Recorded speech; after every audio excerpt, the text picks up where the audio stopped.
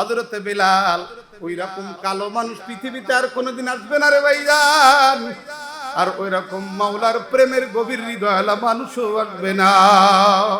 হযরতে বেলালের কলিজাটা আমার মাওলার মহব্বতের দানা বেঁধেছিল, ওয়াটার প্রুফ যেমন বলি আমরা। হযরতে বেলালের কলিজাটা আল্লাহর মহব্বতে প্রুফ করা ছিল, প্রুফ।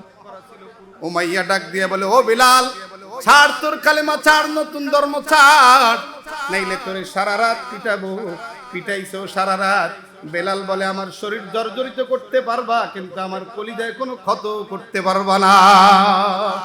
সারা রাত পিটাইতে পারবা, কিন্তু আমার কলিজার ভিতর থেকে আমার আল্লাহর রসুলকে বের করতে পারবা না। বেলালের কান্নার আওয়াজ, রাস্তা দিয়ে আবু বকর যায়, কান্নার আওয়াজ শুনে ঢুকছে উমাইয়ার ঘরে। এ উমাইয়া, কেন পিটাও লোকটাকে? বলে, আমাদের ধর্ম ছেড়ে দিয়েছে। হযরতে আবু বকর বলে, অসুবিধা কি, মারবা নাকি? সেজন্য তৎকালীন কাফেরদের যে চরিত্র ছিল, আমরা বিগত ফ্যাসিস্টের তাই দেখেছি। কাফেরদের চরিত্র ছিল গরিব মুসলমানদেরকে ধরে নিয়ে শুধু কষ্ট দিত, আর যারা ধনী মুসলমান তাদের সাথে ঠাট্টা বিদ্রোহ করতো, মারামারি করতে পারতো না। হযরতে বেলালের ব্যাপারে আবু বকর বলেন, উমাইয়া, এই গোলামটা তোমার, বলেছি আমার কাছে বিক্রি করে দাও। উমাইয়া একটা সুযোগ পাইছে ব্যবসা করার। কি সুযোগ পাইছে? বলে, আবু বকর তো এর কিনে নিয়ে যাবে, চড়া দাম চাবো। রওয়ায়াতের ভিতরে আসছে 1600 দিরহাম দাবি করেছে, আর একজন গোলাম দাবি করেছে। হযরত আবু বকর বলে, কোনো অসুবিধা নাই রে উমাইয়া, যেই জবান দিয়ে আমার মাওলার কালেমা বের হয়, ওই কালেমা তো জান্নাতের বিনিময়ে মাওলা কিনালা। কি হবে? হযরত আবু বকর বলে, হ্যাঁ, আমি একটা গোলাম দিব আর টাকা দিব, ছাড়বি নাকি? উমাইয়া বলে, ছাড়বো। হযরত আবু বকর মিস্তাস নামীয় গোলামটা নিয়ে আসছে। নে, তোর গোলামের বদলা গোলাম নে, আর এই তোর টাকা লা, আমার বেলালকে আমার হাতে ছেড়ে দে।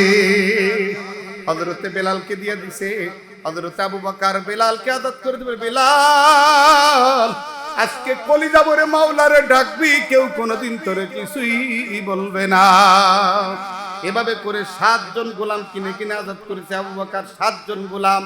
যখনই কাফেরদের কাছে দেখেছে নির্যাতন, হযরত আবু বকর তৎকালীন আরবের একজন অন্যতম ধনী ছিলেন, অন্যতম ধনী, বর্তমান সময়ের কয়েক কোটি টাকার মালিক হতেন।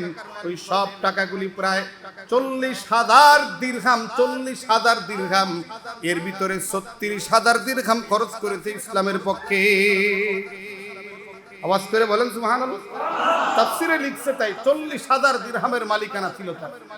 34,000 ইসলামের কল্যাণে খরচ করেছে মক্কায়, মদিনায় 6,000 খরচ করেছে।